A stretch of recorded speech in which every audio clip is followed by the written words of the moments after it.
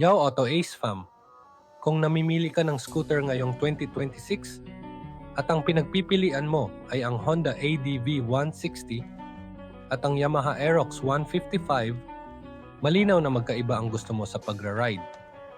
Isa ay comfort ride, isa ay performance ride. Pero alin ba talaga ang mas bagay sa'yo?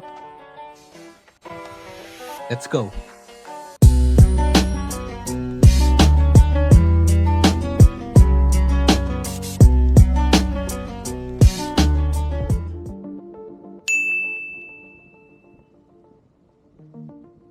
Ang Honda ADV 160 ay built para sa real-world Philippine roads.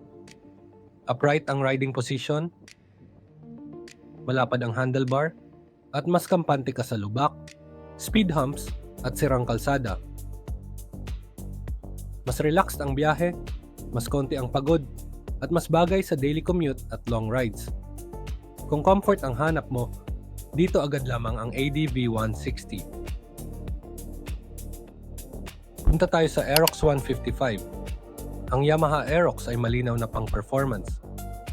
Mas aggressive ang riding position, mas sporty ang stance, at mas ramdam ang kalsada sa bawat piga ng throttle.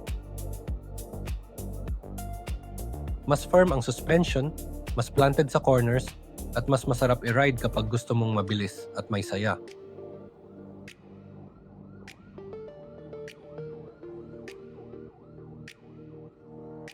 Kung performance at excitement ang habol mo, dito papasok ang Aerox.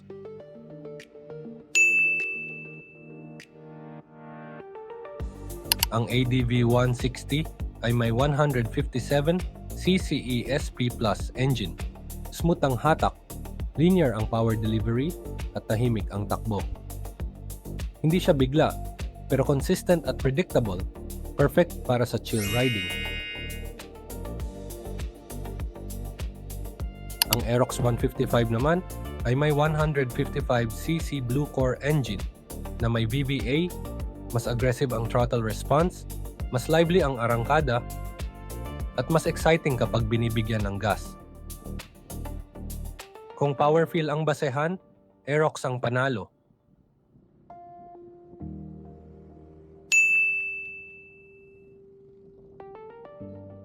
Kung araw-araw kang dumadaan sa traffic, lubak, o minsan may baha, mas madali ang buhay sa ADV 160.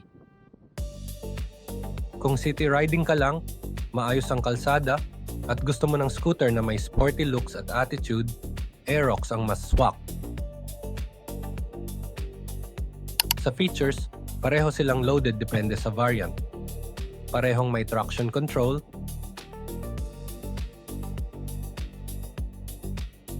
at modern tech. Pero ang focus nila ay magkaiba. Ang isa ay sa comfort at versatility. Ang isa ay sa sport at performance.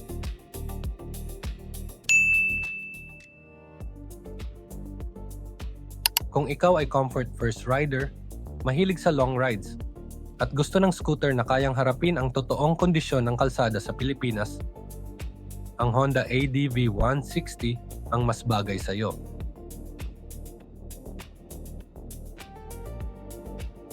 Pero kung ikaw ay performance-oriented, gusto ng sporty feel, at mas inuuna ang fun at speed, ang Yamaha Aerox 155 ang mas swak.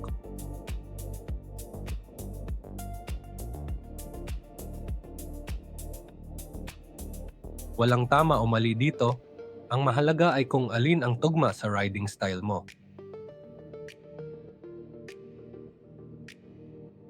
Auto Ace Fam, ikaw, comfort ride o performance ride? Kung nakatulong ang comparison na to sa decision mo, please like, subscribe, at i-share mo rin sa kapwa rider mo. Ride safe, ride smart. Thanks for watching.